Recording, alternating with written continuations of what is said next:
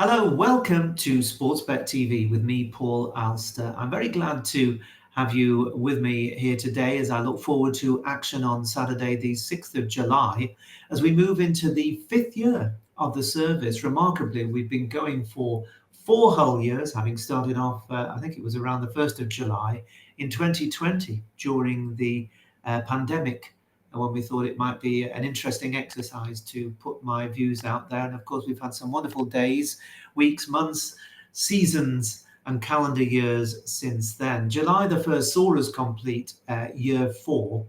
And to be honest, the first 6 months of 2024 have been pretty dismal. Of course, I'm operating on a much reduced number of selections because the majority of my selections are now posted at Out in Front, where you can find a link to join us in the description box just below this screen.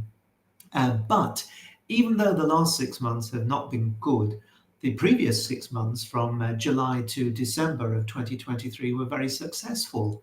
And as it works out, the overall scores on the doors, as they used to say, is that we saw a profit to the £10 each way stakes advised on, notionally advised on my selections, an overall annual profit of £109.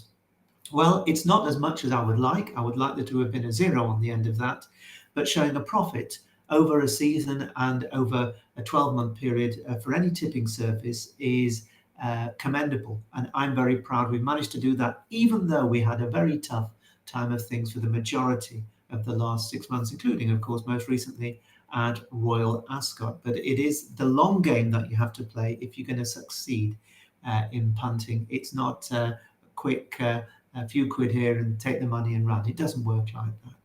Anyway, I'm all about trying to find horses at decent prices for each way betting. If you're new to the service, please press the subscribe button just below this screen. You'll get my free tips whenever I'm offering them. I've just got one selection for you on Saturday. There are 4 actually over at Out in Front if you're interested in those, and some of them are pretty big prices as well. But I'm interested for you in the Sandown 412 race on Saturday, which is the 1.25 mile Coral Racing Club handicap. 12 runners, Coral, of course, sponsoring the card on Eclipse Day at Sandown, where we're still not quite certain what the going's going to be. It has eased a little bit on Friday afternoon to good to soft in places, with rain around. They've closed the roofs, of course, on Centre Court and on Court number 1 at Wimbledon, not a million miles away. So if the rain gets into the ground, that is going to affect people's calculations and the markets. There is in this race, though, a pretty strong statistic related to this race that will surprise, given that this is always a hotly contested 3-year-old handicap in which a number of runners arrive at this race relatively unexposed from a handicapping point of view. And that stat is that there has been no winner of this race in the last 10 renewals to win at odds bigger than 9-1. So it does appear that in this particular race, the statistics suggest that you need to be looking towards the top half of the market. Now, on the early betting for this year's renewal, the David Manwissier trained Ashariba is favoured on the strength of a half-length success in testing ground at Leicester last time out, so it certainly won't mind any rain.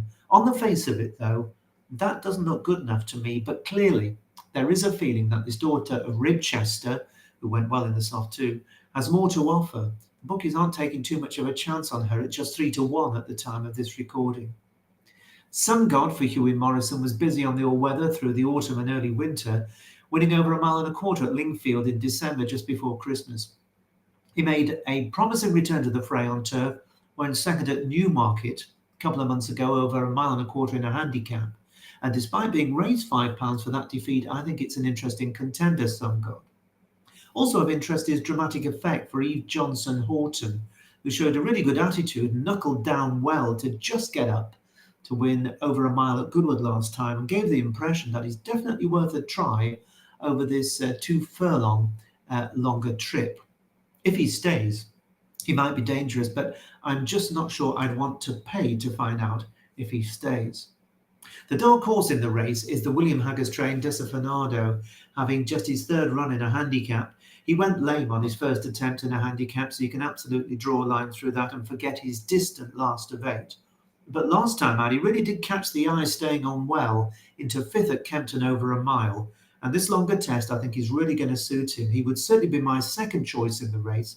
He had respectable maiden form last season with some good horses, and I think Desafinado is going to run big for a stable that's been going really great guns. But I just marginally prefer for my selection the Peter Chapel-Hyam trained Blake, trained by Peter, who of course is a Derby winning trainer in his time, and ridden by Billy Loughnane, Billy the Kid, the jockey find of the last 18 months. And this Blake, a Zoffany colt, has shown promise in both his starts in maiden company last autumn at Kempton. A horse who hinted that he had quite a bit to offer this season. And after 5 months off, he ran well first time out this term when he was third at Sutherland, a mile maiden. And then he finished second on his handicap bow at Doncaster in April to a filly called Lava Stream, who has improved rapidly. And she has since gone on to win enlisted company, and then she won the group. She was second, rather, in the Group 2 Ribblesdale Stakes at Royal Ascot last month. So that form of Blake's with Lava Stream is absolutely, if you'll pardon the pun, red hot. It appears now much better than it did at the time when he was just beaten by her. The time after that, he came to Sandown for a mile handicap on testing ground. And note that he does like soft ground. And Blake really stuck to his guns to land his first win. He defeated EBTS Guard in a driving finish, with the pair pulling nearly 5 lengths clear of the rest, giving the form a really solid look. The rain would certainly do his chances no harm, and if the forecast is right, he's going to get a bit of the wet stuff. Last time out, Blake stepped up to a Class 2 handicap at Epsom, the Leicester Piggott handicap on Derby Day. And although he didn't get the best of trips, he was out wide, and then he was on the steepest part of the camber, which he found tough to handle. He still stayed on, and he was a good fourth behind Persica in what was a better race than this. It was a good effort. He's now dropped in class. He's back at a track where he scored 2 runs ago. When I first made my notes, he was available at 8-1. But last time I looked, that price had been snaffled up, and the best price on offer for Blake now is 7-1. 7-1 Blake, and that is for 4 places with Bet365 at the time of this recording. That'll do for me. He also fits into the stats frame for this particular race, and the more rain, the merrier for Blake on Saturday. So he's my selection. I, of course, have those other selections that are out in front. As I remind you, you can click the link in the description box and choose if you'd like to join us. And of course, next week we have the July Festival at Newmarket, where I'll have plenty of selections across the 3 days. I will be, though, back here Friday with selections for next Saturday. But if you want more through the week, do join me at Out in Front. But for now, here at Sportsbet TV, from me, Paul Alster, I say goodbye and wish you the very best of luck, whatever you're backing this weekend. Bye-bye for now.